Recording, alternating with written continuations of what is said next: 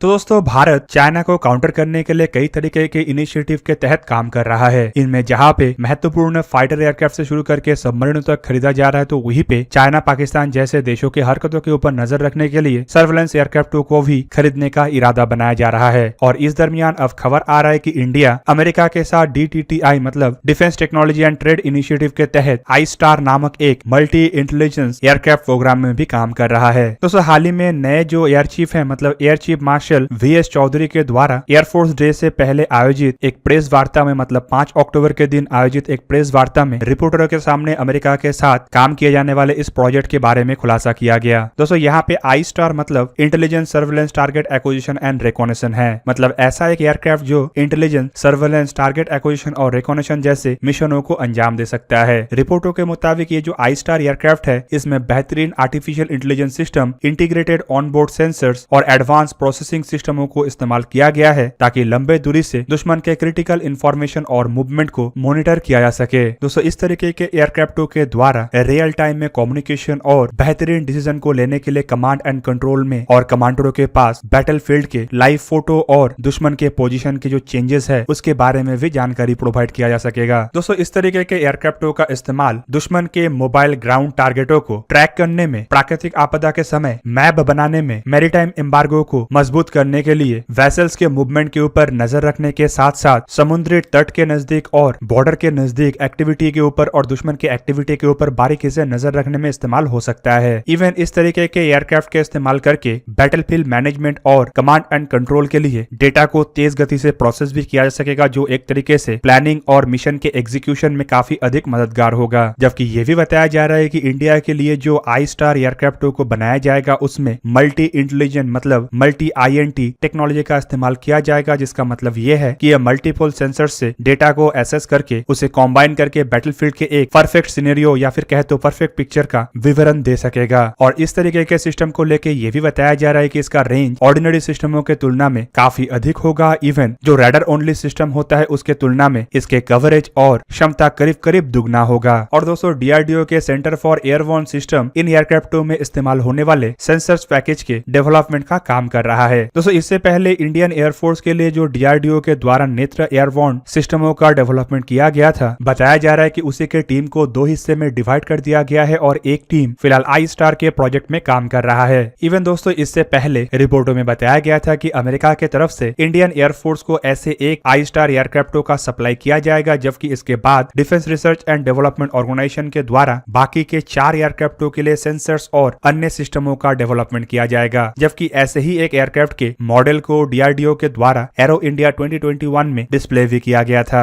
जबकि इससे पहले खबर यह भी आया था कि गवर्नमेंट के तरफ से एयरक्राफ्टों के पेपर वर्क को लेके क्लियर देने का तैयारी कर लिया गया है और संभावित 1 महीने के अंदर US के ये आई-स्टार एयरक्राफ्ट मतलब बैटलफील्ड और ग्राउंड सर्वेलेंस एयरक्राफ्ट प्लेटफॉर्म को लेके क्लियरेंस भी दिया जा सकता है। दोस्तों संभावित इंडिया के तरफ से जिन आई-स्टार एयरक्राफ्टों का इस्तेमाल किया जाएगा उसके लिए कनाडा के कंपनी बॉम्बार्डियर के तरफ से निर्माण किया हुआ ग्लोबल एक्सप्रेस बिजनेस जेट को एज ए प्लेटफॉर्म इस्तेमाल किया जाए। कुल मिला के दोस्तों इस तरीके के एयरक्राफ्ट आने वाले भविष्य में इंडियन एयरफोर्स के खाली कैपेसिटी को नहीं मजबूत करेगा, बल्कि इंडियन एयरफोर्स के साथ साथ अन्य फोर्सेस को एक ऐसा ताकत देगा जो बैटलफील्ड के ऊपर नजर रखने के साथ साथ प्लानिंग और एग्जीक्यूशन को और परफेक्ट करने में मदद कर सकेगा। तो दोस्तों ये था आज का वीडियो। अगर आपको वीडियो अच्छा लगा तो लाइक कीजिए और मेरे चैनल को सब्सक्राइब कीजिए और साथ में बना हुआ बेल आइकन को भी प्रेस कर दीजिए ताकि आप मेरा वीडियो देख पाए सबसे पहले। जय हिंद।